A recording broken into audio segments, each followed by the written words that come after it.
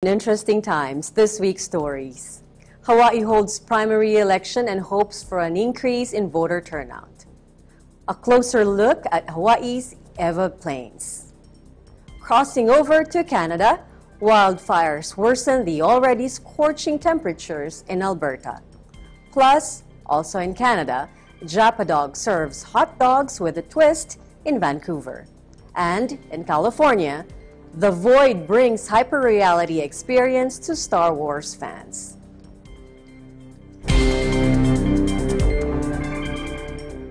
Hello everyone, I am Eliza Gonzalez Manglikmot, bringing you stories from around the globe, and this is Eagle News, Washington, D.C. Weekend Edition.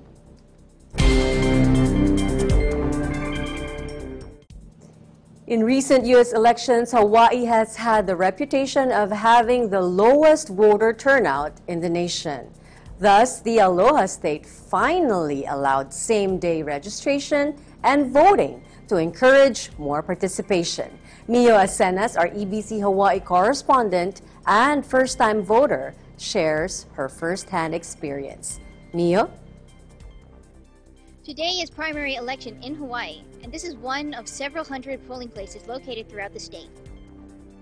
Majority of voting stations were set up throughout Hawaii's public schools. Polls were opened between 7 a.m. to 6 p.m. local time. Primary elections take place to allow political parties to select their leading candidates for the U.S. general election, currently scheduled on Tuesday, November 6. Even though there's no presidential election this year, there are a lot of high-profile races and referendums in many U.S. states and territories. In Hawaii, for example, the current governor, David Ige, is in his toughest political challenge yet, going against U.S. Congresswoman Colleen Hanabusa while redeeming himself from Hawaii's false missile alert last January. Because Hanabusa has given up her seat in the U.S. Congress, up to 7 contenders seized the chance to hold office at the national level. Familiar names included Lieutenant Governor Doug Chin, State Senator Donna Mercado Kim, and City Council Chairman Ernie Martin. Ken Fukumoto, father of congressional candidate Beth Fukumoto, briefly shares his experience on the campaign trail. It's really hectic. It's not like when she ran for the state, it was just up here. Now we have to go all over the place, all the way to Hawaii Kai, Kapolei, and beyond, So it's been really hectic, but I believe in my daughter. I know she can do it. According to Hawaii's Office of Elections, the 2016 primary election resulted in a record low in turnout, with just 35% of registered voters coming out to cast their ballots. For the first time this year, eligible U.S. citizens were able to register and vote on the same day. Still, there are lingering concerns that Hawaii's votes are not worth much on the national stage, especially in presidential elections. Yeah, I just read in the paper where, they're not predicting a good turnout. It'll be low again like last year. And last year we were in the 50 states, we're at the bottom for the primary, yeah? So it was about 30-something%, but hopefully this year will be better. That it seems like voter turnout is on the low side today, but that's just a subjective comment on my part. I would like to encourage everybody to vote, whether it's this election or in the next one or in the years ahead, because we can't make change unless we get out there and vote, and everyone thinks that their one vote doesn't count, but it really does. It's our civic duty to try to get the best candidate in, and in the end we're the benefactors. Thank you. A volunteer who requested to be anonymous because of a conflict with his official capacity tries to elaborate on Hawaii's apparent lack of participation in the election process. The biggest problem that's in Hawaii in terms of voter turnout, too, is that the vast majority is Democratic, and that is resolved in the primary, and people just don't seem to care as much as the other states.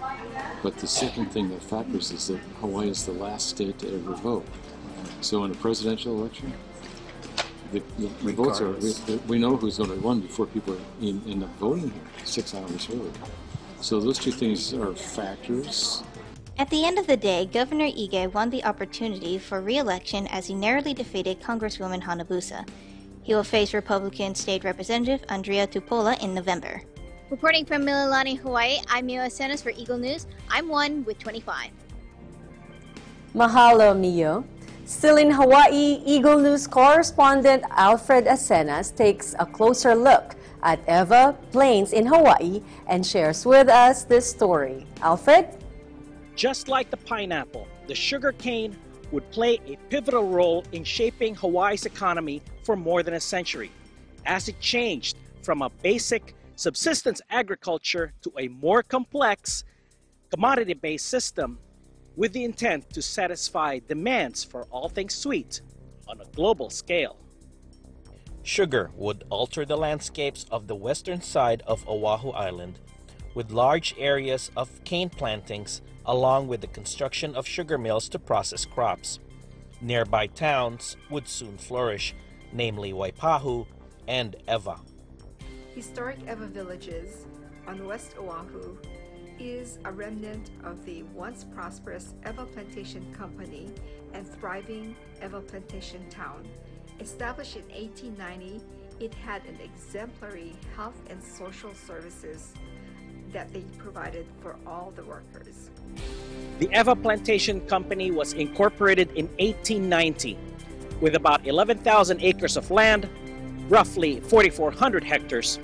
This new entity would soon form a critical business partnership with the Oahu Railway System in delivering large amounts of harvest throughout Hawaii and beyond.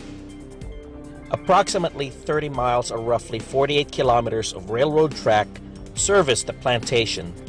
Sugar from the mill was conveyed by the Oahu Railway and Land Company to Honolulu Harbor for shipping to the continental U.S. and worldwide. The Oahu Railway and Land Company was a common carrier railroad. They were no different than a big railroad on the mainland back then. They hauled freight, passengers, you name it, they hauled it. One of the things they did bring was the processed sugar. A lot of people always say it's a sugarcane train. It's not. The Oahu Railway never hauled sugarcane. That would have been the plantation railroads, whether it was the Eva Plantation, Waialua, wherever. A booming sugar industry obviously meant more workers in the farmlands. The importation of labor from countries in Asia, Europe, and the Americas would become the main reason for the multi-ethnic makeup of Hawaii's current population. One of those countries was the Philippines, and its migrant workers would become known as Sakadas. The Sakadas, who were early plantation laborers who immigrated to Hawaii between 1906 and 1946, worked extremely hard to give their families better lives. And as a result, many of their descendants and children had gone on to attain higher education, gaining their bachelor's, their master's, their PhDs, and now working professionals across the state of Hawaii. Some being very visible in government, in education, in healthcare, and across many sectors. One of those sectors included propagating their spiritual beliefs and convictions to other Filipinos and even non-Filipinos, especially around the gathering place that is Oahu Island. More specifically, it involved some migrant workers and their families right here in Eva, who would soon discover that they had something unique in common: their membership in a small yet growing religious organization known as the Iglesia Ni Cristo Church of Christ.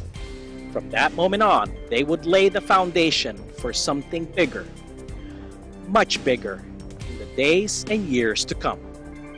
Reporting from Eva Beach, Hawaii, I'm Alfred Asenas for Eagle News, 1 with 25. Mahalo for watching. Mahalo, Alfred. Up next, stories from Canada. Wildfires worsen the already scorching temperatures in Alberta. Plus, Japadog serves hot dogs with a twist in Vancouver. Eagle News Washington, D.C. Weekend Edition will return in a moment.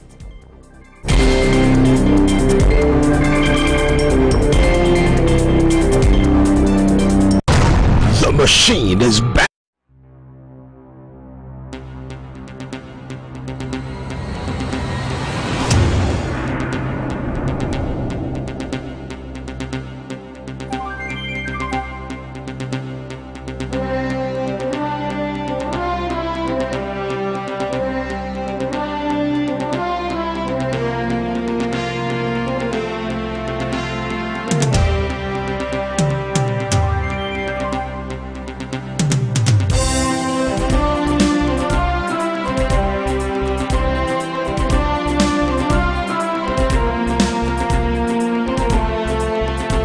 de Sereno ang ilang maestra. Ang rekomendasyon na makasuhan ang mga sangkot kasama na ang mga opisyal ng customs. Hardworking.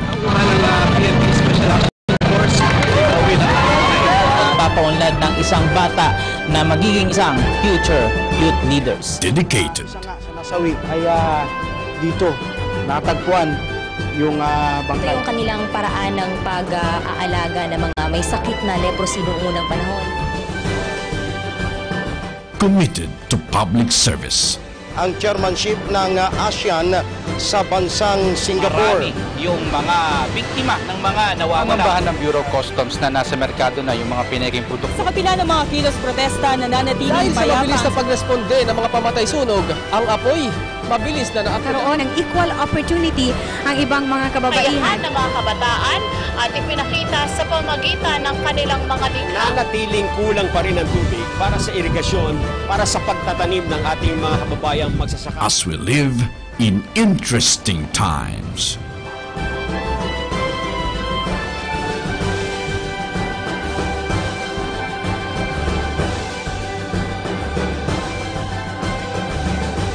ASEAN in Focus, Monday to Friday, 2 to 2:30 p.m.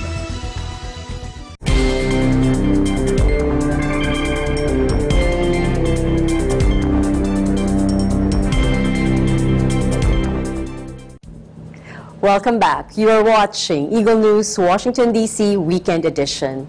Thomas Likeness, our Eagle News correspondent in Edmonton, updates us on the effects of wildfires on the Alberta region. Thomas? On a day like today, with temperatures in the low to mid-30s, this reflecting pool in front of the Alberta legislature would normally be packed. But forest fires from a neighboring province, British Columbia, have driven people indoors. Environment Canada issued heat and smoke warnings as winds blew in the smoke from fires several hundred kilometers away. People with breathing difficulties have been told to stay indoors, and many parents are not letting their children play outside. For several weeks now, temperatures have been above seasonal normals in Western Canada. While many say this is preferable to the minus 30-degree temperatures we suffer in the winter, others are having trouble coping. Alberta Health is telling people to drink plenty of water, reschedule their outdoor activities to a cooler part of the day, and to watch out for symptoms of heat stroke or heat exhaustion. As well, people are reminded not to leave any person or pet in a closed vehicle for any length of time. The hot, dry weather is also creating problems for farmers. For now, crops are in good shape, but cattle ranchers report a shortage of hay for their herds. How are others dealing with the heat? Some go to outdoor pools.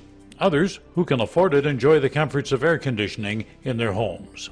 One alternative to air conditioning for many people is to retreat to their basement, where it can be up to 10 degrees cooler. Let's see what's on TV. Escaping from the heat in Edmonton, Canada, Thomas I. Likeness, Eagle News. I'm one with 25. Thank you, Thomas, and keep safe. In Vancouver, a different kind of smoke fills the air. Kathleen Cruz introduces us to Japadog, an up-and-coming chain of street food stands serving hot dogs with a twist. Take a look. Japadog. Yes, you heard it right. It's considered the most famous Japanese-style hot dog here in Vancouver, Canada. Come with me as we show you how this sushi-inspired hot dog has become the talk of town here in Vancouver. Itadakimasu! Let's eat! Comes with its umami unique taste. Japadog has been a hit here since Noriki Tamura, Japadog owner, opened his first stand in the beautiful coast of Vancouver. This unique gourmet hot dog started in 2005 when Noriki came to Canada with his ultimate dream to open up a business in another country and share Japanese food with Canadians. 少しでもお客さんにやっぱり幸せになって、ハッピーになって夢を与えていきたいなと。それであと、ワクワクしていただきたいなと、こういう思いで、ホットドッグの商品開発をしています。サムライスピリットが違うと。そこには愛があったりですとか、やっぱりお客さんのために美味しいホットドッグを提供して、ホットドッグだけじゃなくて、その奥にある幸せなものとか夢とかワクワク感とかそういったところまで提供していきたいなと思ってやってます。はい。Japadog menu speaks diversity. Can you imagine eating hot dog topped with teriyaki sauce, Japanese mayo, seaweed, and bonito flakes? Here with me is the owner of Japadog, Noriki, and he's about to tell us the different types of Japanese-style hot dogs.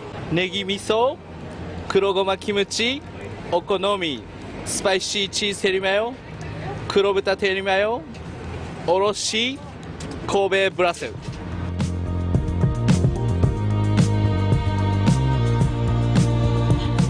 Original Japanese taste. I really like this. Yeah.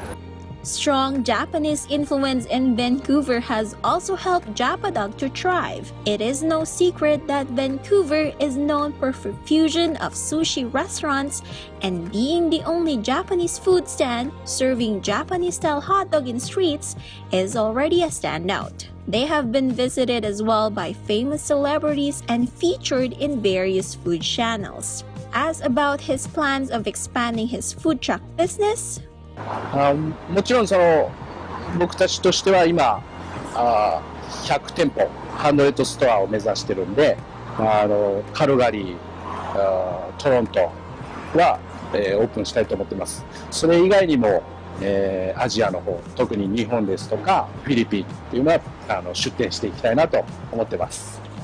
So whether you're just lunching or just passing by, these quirky hot dogs will not disappoint.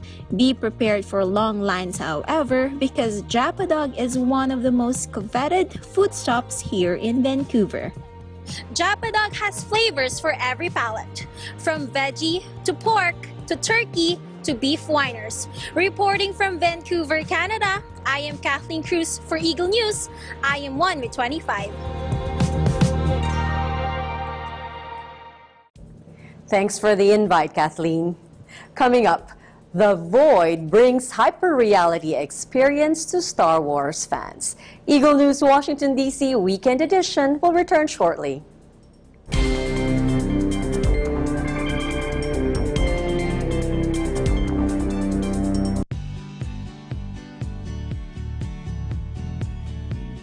I am here right now at Spanish Banks, one of Vancouver's popular beaches, where you get a great view of the Vancouver skyline and the North Shore Mountains. Make sure you tune into Digital Nest every Tuesday and Thursday. I am Luquino, your EBC Canada correspondent, and I am 1 with 25.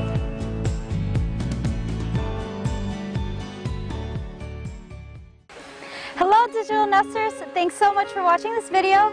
Make sure to give it a thumbs up and don't forget to subscribe to watch our future features.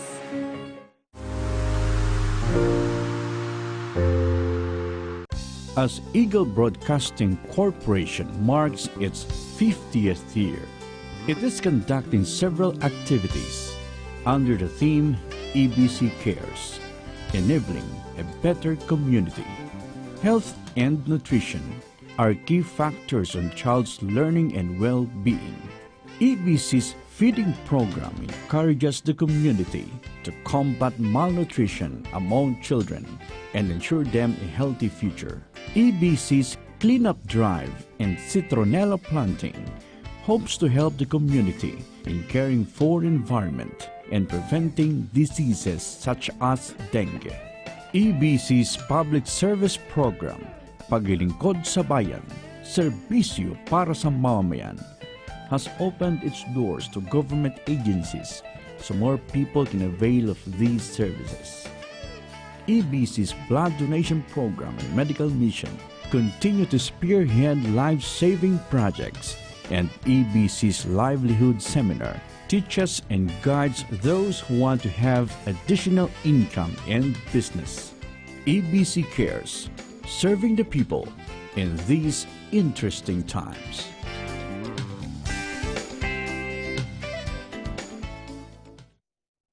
Pep News, Linggo, alas 4 hanggang alas 5 ng hapon.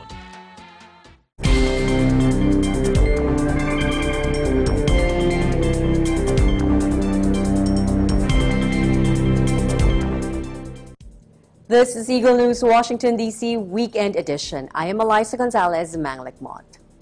Is the Force with you? Come and find out at The Void, a hyper-reality experience giving Star Wars fans a taste of a galaxy far, far away. Alan and Eva Basalaje with the story.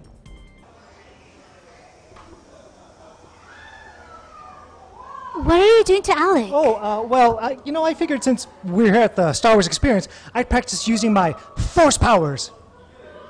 You won't be playing as a Jedi, but as a rebel, which means you'll need a blaster, not a lightsaber. So no... Nope. But there'll be pew-pew. Yes. Well, all right.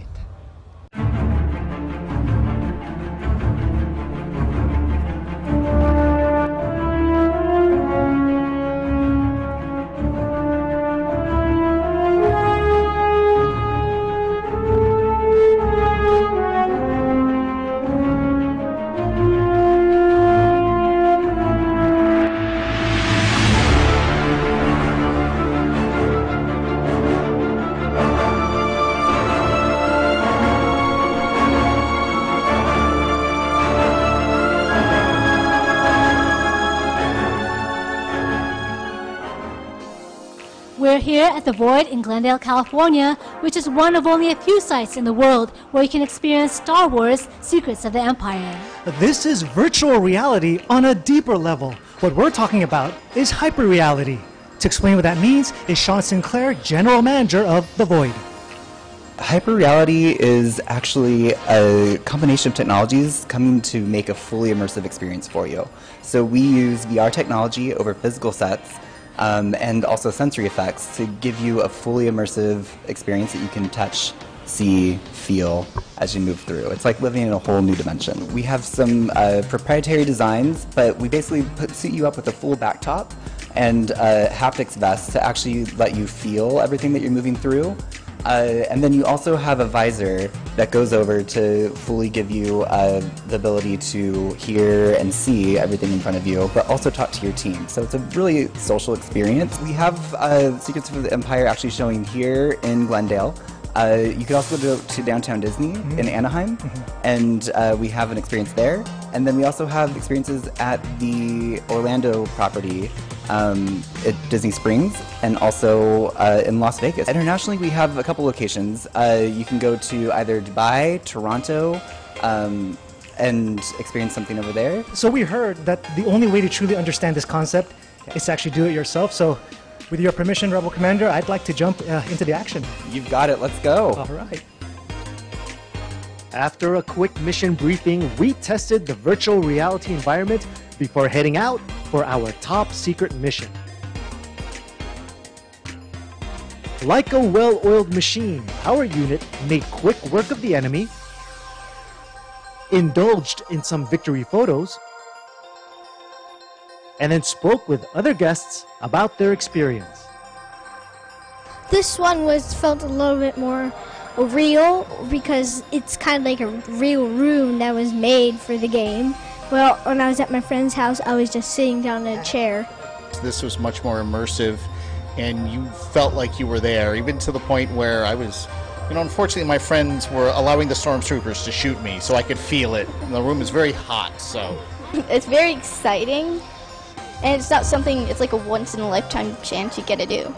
It's a great experience. It's like you're living in a video game and, playing through it, and everything feels real. There's like heat, there's, sense of height. It was really interesting, overloading your senses. Relax and have fun and just go with the flow with the game.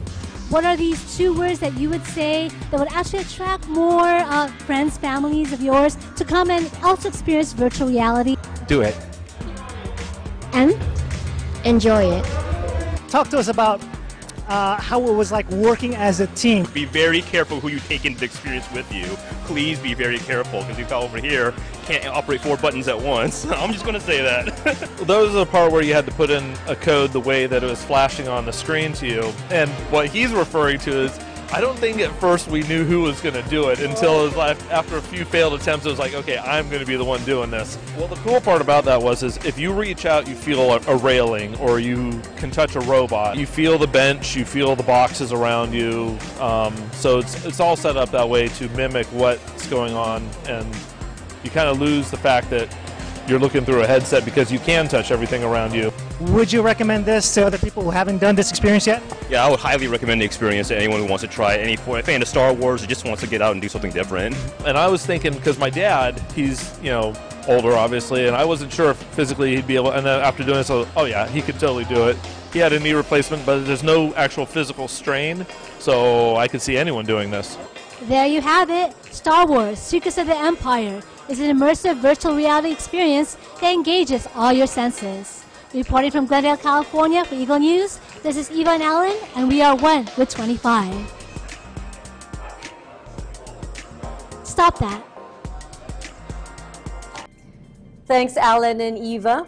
Alan is hilarious. That is Eagle News Washington, D.C. Weekend Edition. Join us again next week for stories from our bureaus across the nation and around the globe. Visit our websites at eaglenews.ph and eaglenewslive.com. Like us on Facebook, follow us on Twitter at twitter.com/eaglenewsph.